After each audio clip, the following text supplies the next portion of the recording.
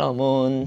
Hello。咁啊，時間差唔多1年啦，咁啊再次見面啦。我記得上年第一次問你個問題咧，就係啱啱25嗰個心態係點樣嘅？咁而家出巡演都係25+1，咁其實而家心態有冇變咗咧？而家嘅心態，我諗我比起上年我更加慢，同埋更加係咯，更加 take time 咯，比起上年。即係我上年都已經再比之前嘅我冇咁焦慮，同埋慢咗噶啦。但係我今年可能會再慢啲咯，自己心態上，但係實際上工作上就一啲都唔慢嘅，都係 keep 住繼續不停步，繼續要前進啦。啱啱年尾啊出咗首歌《未來的歌》啦，咁同埋嗰陣時咧就分享日記，我見到你，咁裡面有一句咧，其實就係話你發覺你而家擁有嘅就係現在，記唔記得有咁嘅説話？好似話19歲寫嘅。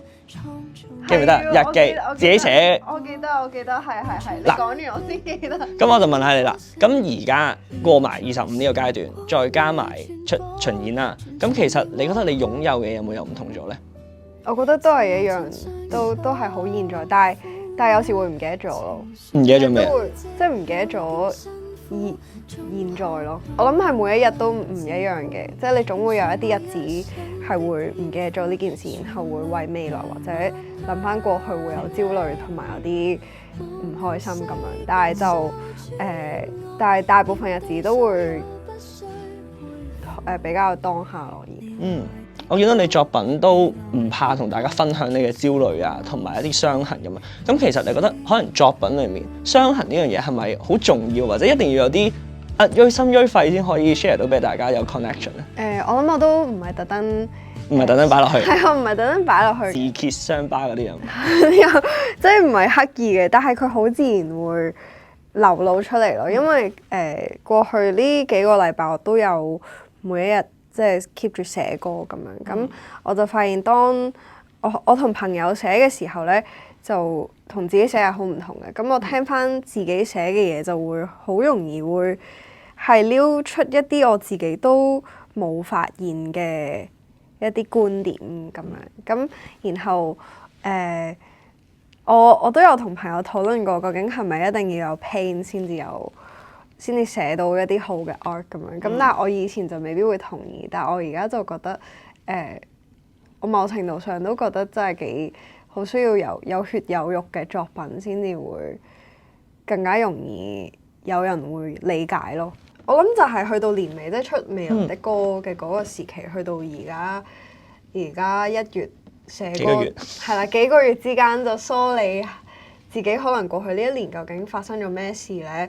因為去到年尾咧，其實出未來的歌個排去到即係12月或者1月去到而家啦，我都係好多嘢都乒乒乓乓咁樣係咁發生，不斷發生，見到好多唔同嘅人，聽咗好多唔同嘅故事，有好多唔同嘅感受，但係未有時間可以坐低去梳理呢一啲事情啦。咁過去呢幾個禮拜就真係坐低去諗翻究竟發生咗咩事，就發現有好多有啲黑色嘅嘢積埋咗咁樣，咁就係啦，就寫咗啲作品咁。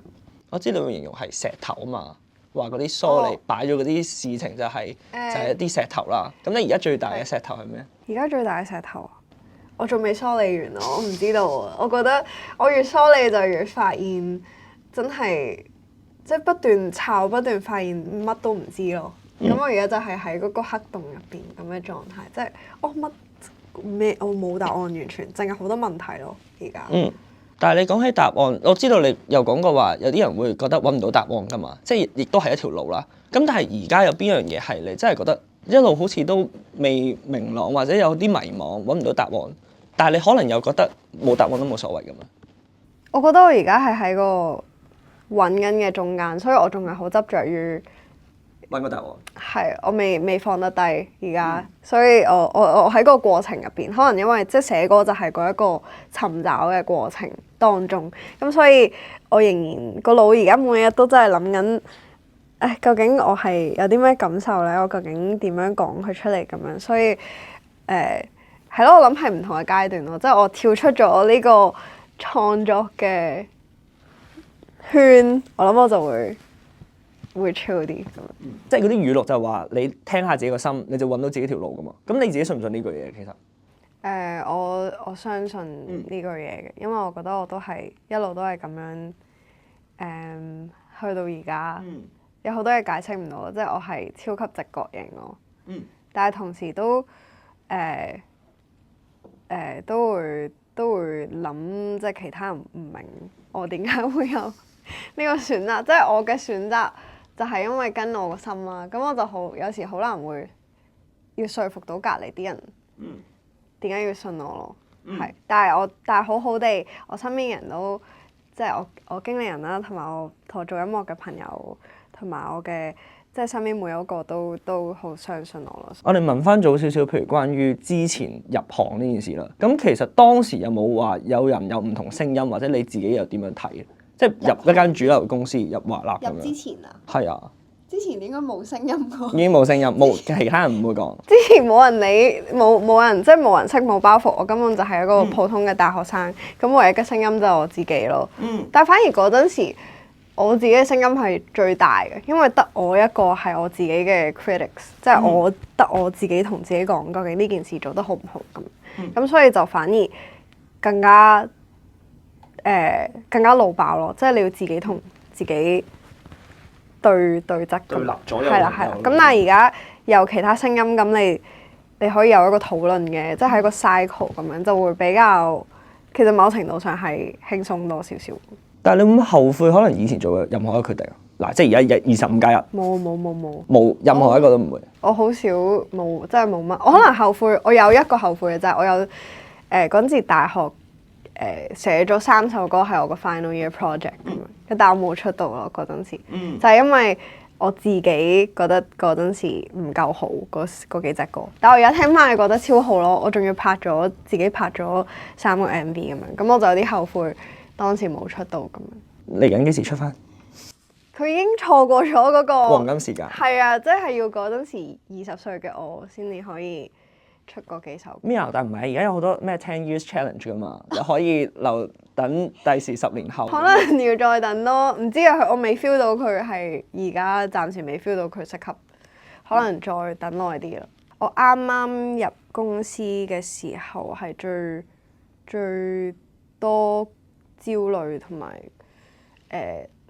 即係諗好多，寫緊歌嘅時候就已經諗好多，究竟之後會唔會有人中意啊？點樣嘅事情就完全冇辦法享受創作嘅嗰一個過程咯。咁我諗我都係去到上年同埋今年更加可以真係完全投入享受嗰個過程咁。出完 album 都出咗英文歌，又有國語歌同埋廣東歌。自己係咪而家開始想唔同嘅語言都會有唔同嘅作品？係啊，係嚟緊下一隻都係 keep 住想唔同嘅語言咯，即係唔會淨係得廣東歌咁樣。呢個係新嘅諗法定係以前咧其實希望有唔同嘅涉獵咁樣？我諗不嬲都想嘅，但係可能之前就會專心即係英文歌就英文歌咁樣，廣東歌就廣東歌，但係而家就會想再全面地即係。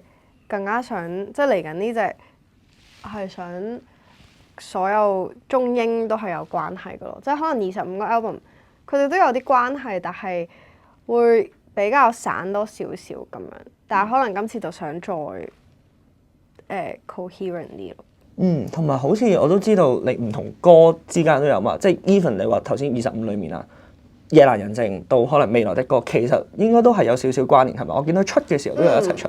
夜闌人靜嘅英文係Sonata 啦，Moonlight Sonata， 跟住之後未來的歌就係 Moonlight Concerto， 係啦，咁就係獨奏同埋合奏咁樣，咁但係咁咧就完全聽到即係夜闌就係比較孤獨，同埋係一支吉他同埋我嘅聲音。咁未來的歌就係有 strings 啊，有我，有吉他有琴咁樣，即係多好多嘢咁樣。咁就係有一個自己可能自己問自己嘅問題，去到即係都係同自己有關，但係會再大啲咯，即係可能係問埋大家咁樣嘅一個感覺咁樣。同埋再到最後就係有未來的歌嘅國語版啦。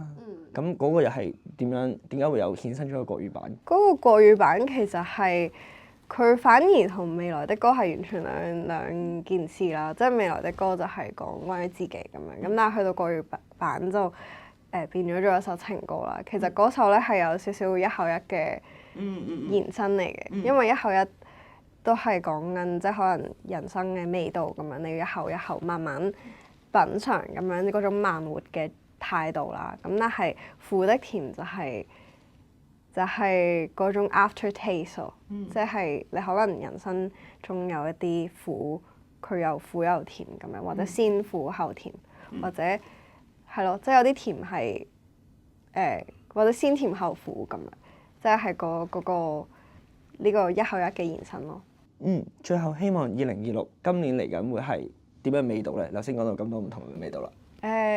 我覺得25係充滿住好比較甜同埋比較溫暖嘅一啲味道，都有少少苦同埋有啲迷茫咁樣嘅味道啦，即係都好25，即係咩都有咁樣。但係我覺得26暫時啦，即係我而家電話 wallpaper 都係黑色噶咯，即係好 plain。我哋今日兩個都係黑色。係咯，我哋都係着黑色，即係比較翻上年嘅 interview，我哋一個着粉紅，一個着藍。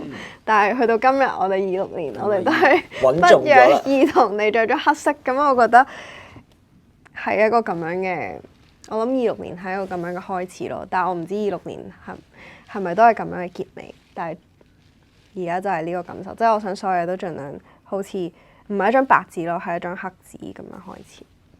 咁就期待佢有唔同嘅顏色。好，我哋今日去到呢度先，拜拜。Thank you.